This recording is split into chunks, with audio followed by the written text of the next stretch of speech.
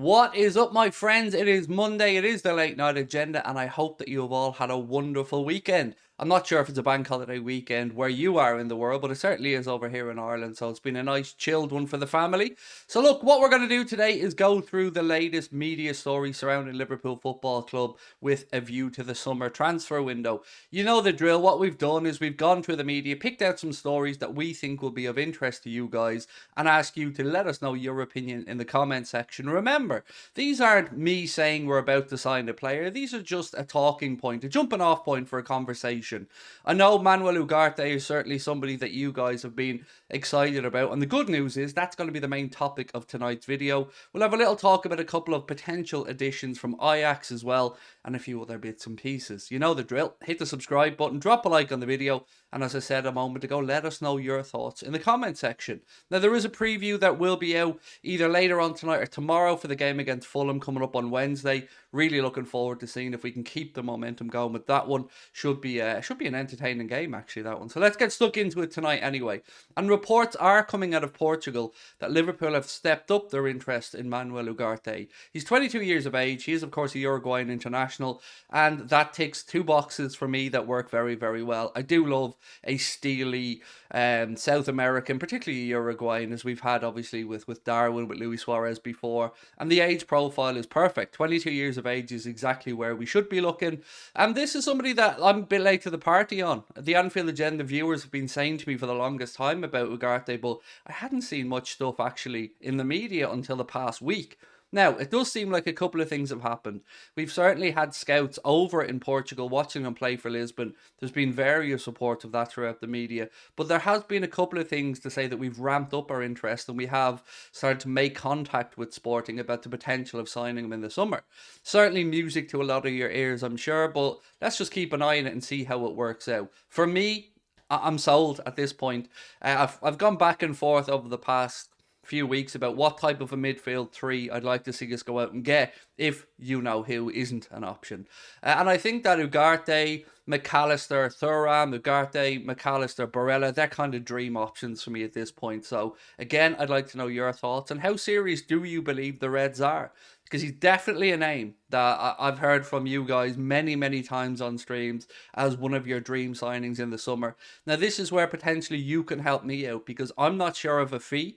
Maybe you've seen something that I've missed. So if you do know, let me know in the comment section. And again, let me know what your midfield target should be realistically for the summer transfer window. I wonder if we will get a little word from Darwin to Ugarte, maybe just telling him, come on over here, fella. You know what I mean? I've left Portugal. I've gone to the Reds. It's a great place to come and play football. And fingers crossed that we do see these additions come in because we do need them. Don't be fooled by what we've managed to do over the last few games. We still have those defensive frailties, and I feel like refreshing that midfield with some younger, hungrier, more energetic players will certainly help Jurgen Klopp's cause next season.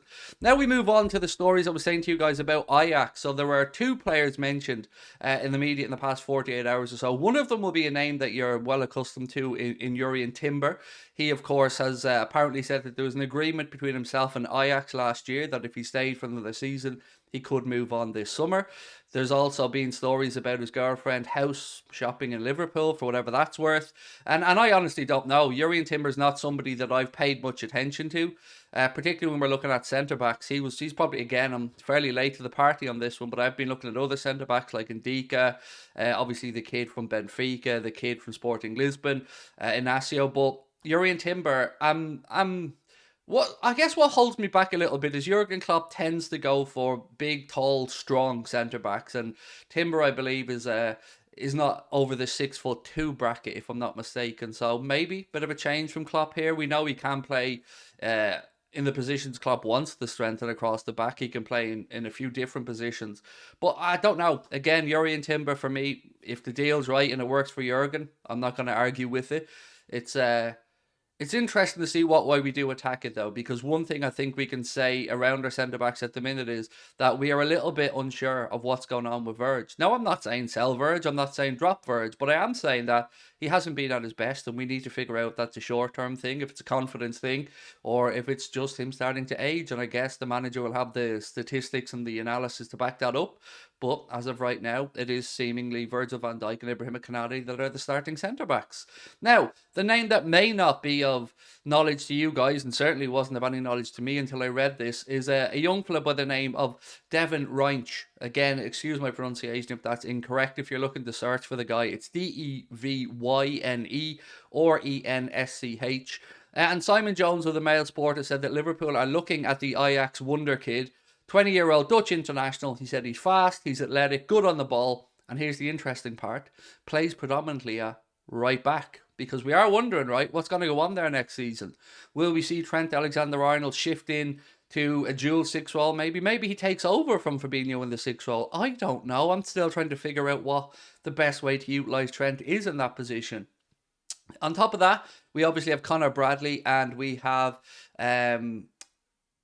Calvin Ramsey, who we brought in and obviously had an injury this season that curtailed his development. Will we see him go out on loan? It is interesting because I hadn't thought that we were going to be looking at a fullback until I think maybe it was Simon. Was it Simon Jones or was somebody? Maybe it was Neil Jones actually of goal. Somebody said about a week or two ago that Liverpool are in the hunt for a fullback. So seeing this news makes sense. Pacey from Ajax, Dutch, right hand side, wonder kid, all the buzzwords that we love as football fans. So again, maybe you've watched some more of Ajax than I have this season, and let me know if you have watched young Devon. Is he up to it? Is he good enough? And what type of price do you think we could be looking at to get him from Ajax? Now here's one that really just made me laugh. So you know where I am on Mason Mount. I don't think we should be signing him. I think there are better value players to be had out there. But the latest nonsense coming out of Chelsea is that apparently the valuation is now, are you ready? Sit down. If you have a hot drink, put it aside. £80 million. You heard me right. Apparently the number now is £80 million that they're going to look for a player that is not starting regularly for them, that has 1 year left to go in his contract, and that the rest of the world know Chelsea are up a certain creek without a paddle financially because they have spunked a lot of money up the wall. So for me, I was always okay with the idea of bringing in Mason Mount if he was 45 million perhaps. The 70 million fee that was initially mentioned I thought was absolute nonsense.